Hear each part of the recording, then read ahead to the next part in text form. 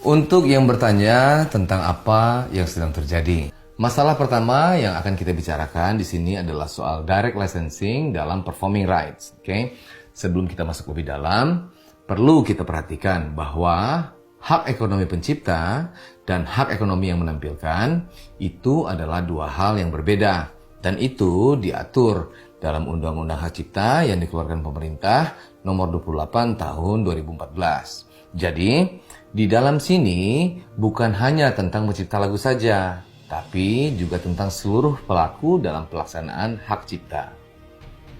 Oke, sekarang kita masuk ke pasal yang sedang dipertentangkan. Di bab 2 tentang hak cipta, menjelaskan tentang hak ekonomi pencipta atau pemegang hak cipta. Pasal 9 ayat 3, setiap orang yang tanpa izin pencipta atau pemegang hak cipta dilarang melakukan penggandaan dan atau penggunaan secara komersial ciptaan. Lalu di bab 3 tentang hak terkait, paragraf 1 menjelaskan tentang hak ekonomi pelaku pertunjukan. Pasal 23 ayat 5, setiap orang dapat melakukan penggunaan secara komersial ciptaan dalam suatu pertunjukan tanpa meminta izin terlebih dahulu kepada pencipta, dengan membayar imbalan kepada pencipta melalui lembaga manajemen kolektif atau LMK. Nah, ini dia yang menjadi permasalahan saat ini. Keduanya terlihat saling bertentangan, tapi umumnya selama ini saya dan kebanyakan pelaku industri musik di Indonesia memahaminya bahwa pasal ini tidaklah saling bertentangan, tapi diatur untuk saling melengkapi demi kelancaran atau efisiensi dalam pelaksanaan ekonominya. Sebagian kita punya pendapat, ini dikarenakan sifat daripada si performing rights itu. Sifatnya apa? Sifatnya, hak tersebut dapat terjadi secara bersamaan dalam satu hari di seluruh Indonesia setiap harinya. Nah, karena sifatnya yang massal ini, maka diatur pasal 9 menjelaskan tentang harus ada izin, pasal 23 menjelaskan tentang bagaimana cara mendapatkan izinnya.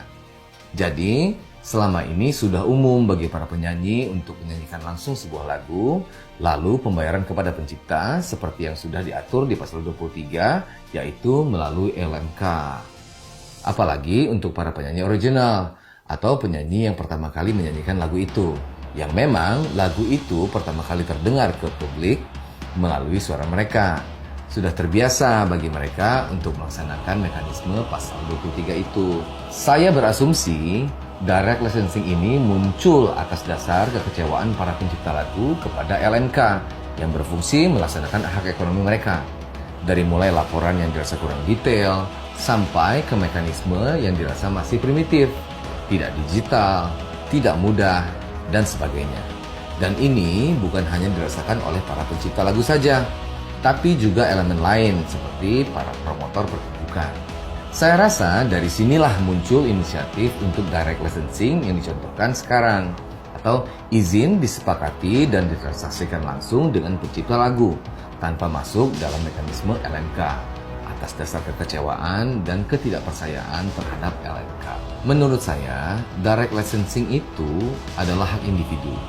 Hanya saja, ini tidak umum untuk banyak pelaku industri musik di Indonesia. Dan yang paling penting, direct licensing belum diatur mekanismenya dalam Undang-Undang Hak Cipta. Outputnya belum diuji. Bagaimana efisiensinya dalam pelaksanaan, hingga bagaimana kerjasama yang adil untuk pihak pencipta dan pengguna, termasuk tarifnya. Dan jangan lupa juga soal pelaksanaan pajaknya, karena royalti itu termasuk kena pajak. Selama ini, mekanisme melalui LMK sudah mencakup sampai aturan pajaknya. Dan satu lagi yang menurut saya cukup penting, direct licensing terhadap penyanyi original. Alangkah baiknya apabila direct licensing sudah disepakati dari awal kerjasama antara penyanyi dan pencipta, bukan secara tiba-tiba di tengah-tengah setelah lagunya populer. Karena saat negosiasi tentang harga di tengah-tengah, satu pihak mempunyai kuasa mutlak, yaitu pencipta lagu. Jadi, negosiasi itu akan cenderung sepihak. Nah, sekarang kita masuk ke masalah yang nomor 2. Ini tentang permintaan pembayaran royalti yang dibebankan ke pihak penyanyi, bukan ke pihak penyelenggara acara. Itu juga sebenarnya sudah diatur di dalam Undang-Undang Hak Cipta. Walaupun ada yang mengatakan bahwa itu tidak jelas siapa yang harus bayar. Tapi selama ini umumnya yang diketahui, yang sudah kita jalankan selama bertahun-tahun, penyelenggara acara lah yang membayarkan royalti tersebut. Nah, aturan ini juga yang umum dipraktekkan di industri musik di seluruh dunia. Tapi dari semua hal tadi yang diributkan, kita, pelaku industri musik ini, bukanlah yang berwenang menetapkan peraturan. Maka menurut saya, yang membuat peraturanlah yang berhak menjelaskan bagaimana seharusnya. Seperti kita ketahui, Undang-Undang Hak Cipta akan segera direvisi. Mudah-mudahan semua pihak dilibatkan, dicari jalan keluarnya yang adil untuk semua. Saya sangat berharap perubahan yang baik yang terjadi. Namun, untuk sementara waktu, sampai undang-undang yang baru rampung dan disahkan, saya pikir seharusnya pihak yang berwenang memberikan kejelasan dalam masa status quo ini. Jangan membiarkan para pelaku industri musik Indonesia menjadi bingung, atau takut, atau bahkan diperlakukan tidak adil untuk dapat menyanyikan sebuah lagu ciptaan. Kalau untuk saya pribadi, sebagai pencipta lagu, saya merasa tidak mampu untuk melaksanakan direct licensing seperti yang dibicarakan saat ini. Saya masih membutuhkan LMK untuk mendapatkan atau mengelola hak saya. Tentunya LMK yang kredibel dan bisa dipercaya. Dan juga sebagai pencipta lagu, saya ingin mempermudah orang lain untuk bisa menyanyikan lagu saya. Karena hal itu sesuai dengan semangat awal saya menciptakan sebuah lagu, yaitu untuk menghibur semua orang yang bisa terhibur oleh lagu itu. Jadi, menurut saya yang paling penting sekarang adalah negara hadir untuk mengatur sementara waktu sampai undang-undang yang baru selesai direvisi.